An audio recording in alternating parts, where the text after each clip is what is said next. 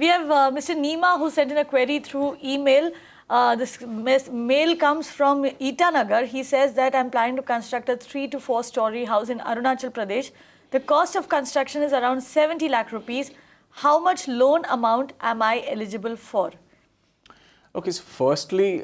he doesn't give us the salary. Yes, I know. But having said that, Kavita, it's not so difficult for us to estimate and give him a ballpark indication. Now, if your construction cost is going to be 70 lakhs, so most banks are willing to finance you somewhere in the range of 70% to about 80%. Now, that depends on the, the area and the geography and, the bank's own rules. But as a rule of thumb, you can say 70 to 80% is what you will get as a finance.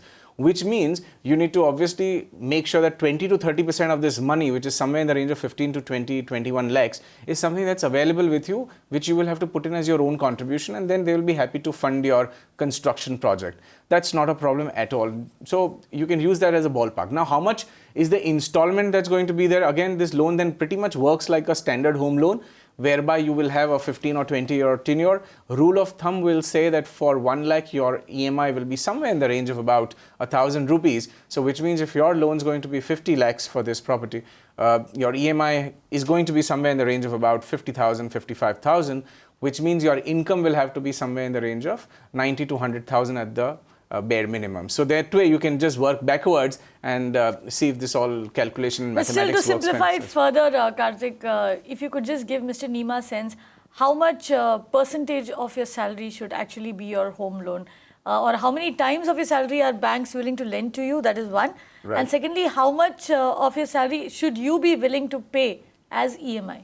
So, let's say salary or income, so for the benefit of everybody, I would personally be very comfortable with a figure of 30 or 35%, that you don't cross that. When you don't have a choice, okay, in exceptional circumstances, maybe go to 50% of your total earnings per month, which can go and service an EMI. And this, for salaried professionals, is your take-home pay, not your CTC. Yes, absolutely. That's something so because you see what happens is you need to have a little bit of margin. What if the interest rates rise and you have to pay 5,000-10,000 rupees extra? Maybe you want to do some regular recurring investment somewhere else and then make some profit, all of those things. So 30-35% is a very healthy level to be at. Banks, however, will be very happy to even finance you up to the extent of 50 or 55,000. Again, it depends on your income. So if your income is actually 10 lakhs a month, again, for the benefit of other viewers, then the bank might even be happy to give you an EMI of maybe 5 lakhs or 6 lakhs and something in that range. So 50-55 is, the higher limit that you can assume that a bank will give you of your monthly income. Right. So 30 to 50% ideally should be what of your take-home pay is what you should be willing to pay as EMI to the bank. And this, of course, includes all the EMIs that you're paying, not just the home loan EMI. So if you already have a car loan, a personal loan, etc., then you need to keep all of that in mind. Correct. And then decide as to how much EMI you are willing to pay for that home loan that you're taking. You can watch live TV on our website mpnow.in. Find us on Facebook at facebook.com/magicbricksnow.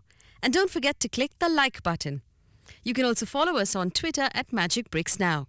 To stay updated with all our programming, hit the subscribe button on our YouTube channel by logging on to youtube.com/magicbricksnow.